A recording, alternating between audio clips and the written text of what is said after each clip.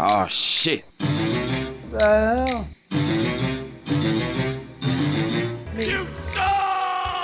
Now, I've made it pretty clear how I feel about Netflix. Pedo-stashing, circle-jerking, panel van-driving perverts, not to mention taking classic ideas, successful shows, and beloved franchises, turning them into stacks of flaming crap sandwiches that we're supposed to mindlessly consume. This is a tasty. But hey, it's not like I'm paying for it.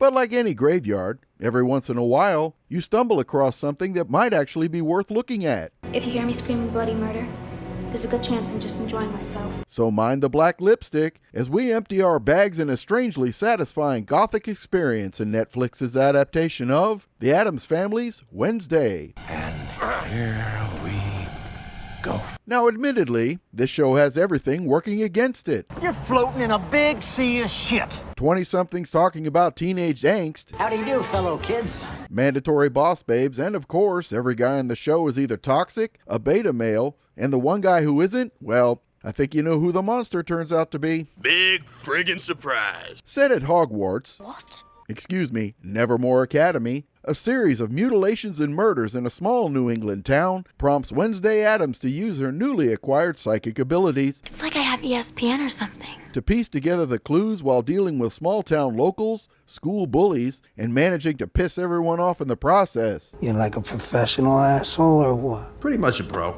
And of course, no modern show would be complete without references to the environment, religious fanaticism, stolen native land, and lethal abuse at the hands of ignorant white settlers. And on the third day, God created the Remington bolt-action rifle so that man could fight the dinosaurs. With a mostly inexperienced cast and a CGI monster that reminds me of the early Mummy movies,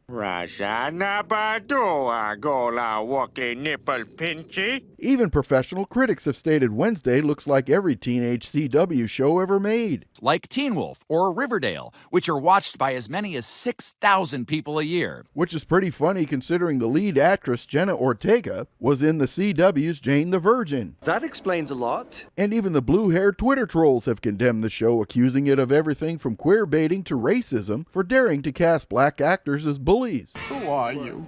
What are you? Who moved the rock? However, the series does feature some hint of old-school elements, such as redemptive arcs, character development, and set pieces overseen by none other than Tim Burton. Fuck me gently with the chainsaw.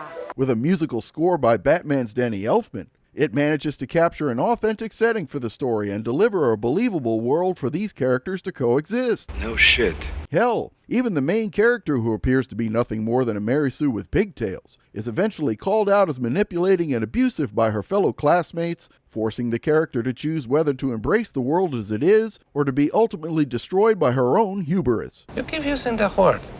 I don't think it means what you think it means. Unfortunately, at 45 minutes per episode, I thought the reason they called it Wednesday is you start an episode on Monday, and when it ends, it feels like 2 days later. So, based on that one episode, how many of you would likely watch a second?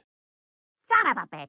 And after watching all 8 episodes, it's no surprise the word woe is in every title. In fact, I think someone needs a spell checker. Brought to you today by the letter K. So am I recommending this show? Nope.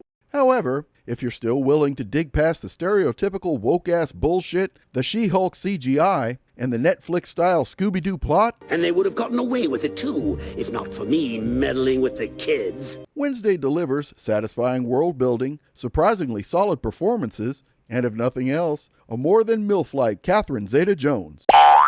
Thank you for watching, and as always remember, when they decide to clutch their pearls, we'll provide the necklace, right here on Salty Buttered Bags.